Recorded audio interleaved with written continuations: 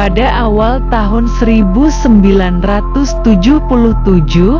Aladin Banwali tampak tenang ketika dijatuhi vonis oleh hakim, meski baru saja dijatuhi hukuman 5 tahun penjara. Suasana di ruang sidang yang sebelumnya riuh oleh bisik-bisik pengunjung mendadak hening ketika hakim mengetuk palu sebagai tanda putusan resmi.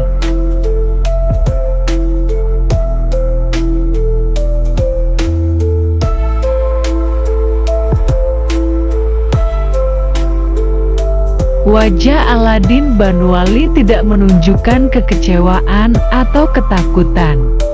Sebaliknya, ia hanya mengangguk pelan, menutup mata, dan berdoa, "Ya Allah, jika hukuman ini adil, saya terima.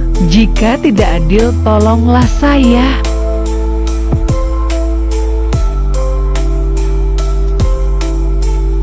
Saat doa itu terucap, suasana di ruang sidang terasa aneh.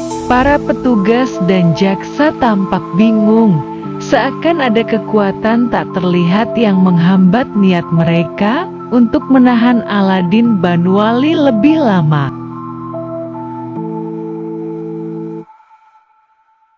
Dengan penuh keyakinan, Aladin Banwali meninggalkan kursinya. Pengunjung yang sebelumnya tegang kini tampak terkejut melihat Aladin Banwali melangkah keluar dengan bebas.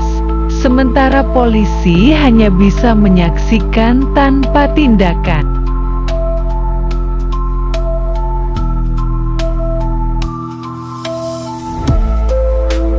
Langkah Aladin Banwali meninggalkan pengadilan menjadi legenda. Ia berjalan menuruni tangga gedung pengadilan dengan tatapan lurus ke depan.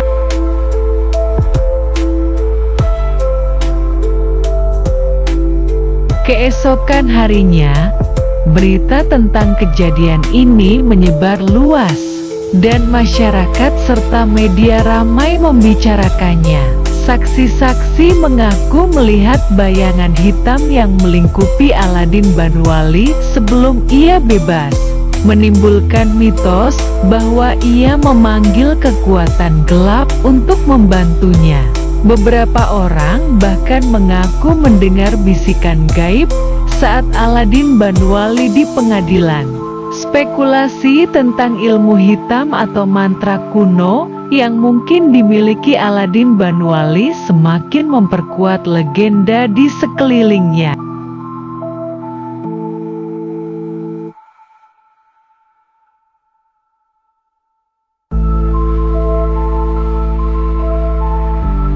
Kisah Aladin Banwali yang bebas dari jerat hukum dengan doa dan keyakinannya menjadi topik pembicaraan hangat selama bertahun-tahun. Ia dikenal dengan gelar Rajo Linduang dari Sumatera Barat dan dijuluki Robin Hood Indonesia karena tindakan heroiknya. Aladin Banwali dikenal sebagai perampok yang memiliki keahlian menghindari penangkapan. Walaupun sering berhadapan dengan aparat, ia selalu berhasil meloloskan diri berkat keterampilannya.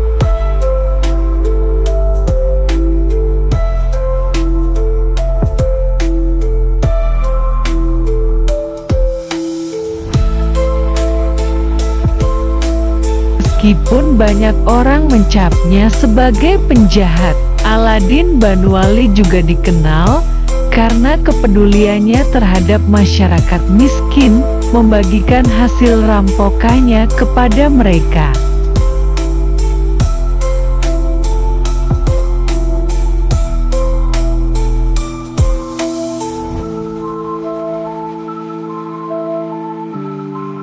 Aladin Banwali lahir di Kotolaweh, Lembang Jaya, Kabupaten Solok, Sumatera Barat pada akhir 1930-an. Setelah melewati masa kecil yang penuh kesulitan, ia merantau untuk mencari kehidupan lebih baik. Perjalanannya dimulai di Pekanbaru, dan kemudian di Medan, tempat ia mulai terlibat dalam kejahatan.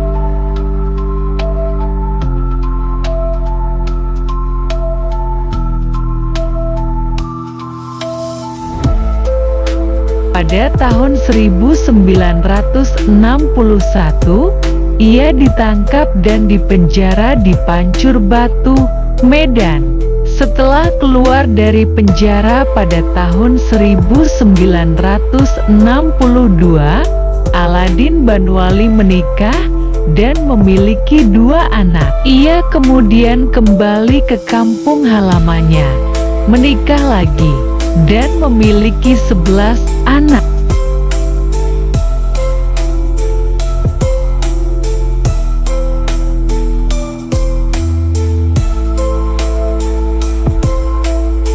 Pada tahun 1967, ia pindah ke Jakarta dan mulai merintis usaha di Pasar Cipulir, tetapi usahanya gagal dan ia terpaksa menjadi pencuri. Di Jakarta, Aladin Banwali menjadi terkenal sebagai pencuri motor dan barang dari mobil, sering berhasil menghindari penangkapan. Keberhasilannya dalam merampok toko emas membuat namanya terkenal. Ia bahkan pernah berusaha mencuri emas dari Monas, tetapi usahanya gagal. Aladin Banwali terkenal karena prinsipnya yang tidak pernah membunuh korbannya, berbeda dengan preman-preman besar lainnya. Ia dikenal juga karena kebiasaannya membagikan hasil rampokannya kepada orang miskin, menjadikannya sosok yang unik di dunia kejahatan.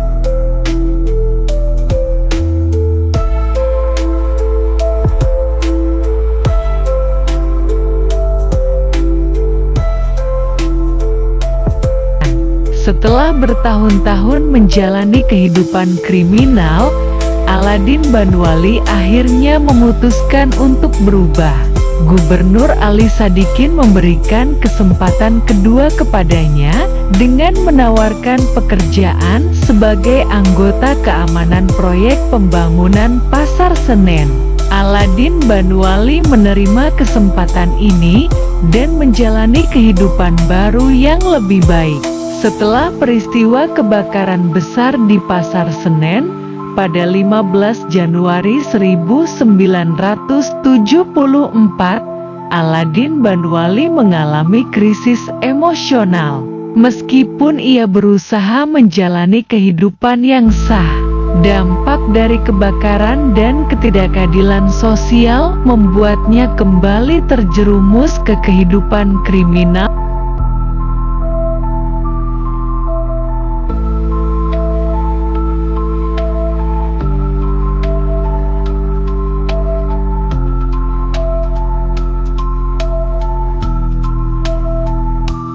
Pada tahun 1976, kembalinya ke jalur kriminal, Aladin Banwali menargetkan tokoh-tokoh kaya dan merampok toko emas dengan cerdik. Ia dikenal sebagai pencuri ulung dan berbahaya, dengan reputasi yang semakin dikenal di Jakarta. Meskipun akhirnya Aladin kembali ditangkap, ia berusaha untuk memperbaiki hidupnya setelahnya.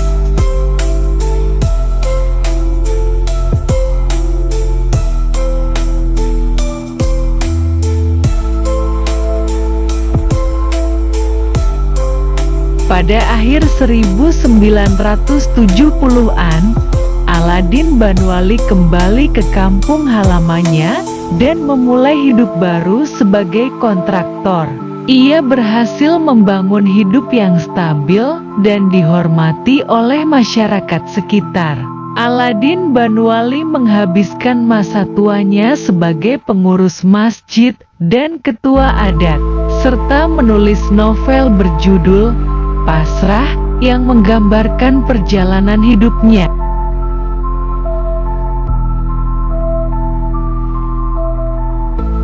Kisah Aladin Banwali menjadi inspirasi bahwa seseorang dapat berubah dan memperbaiki hidup.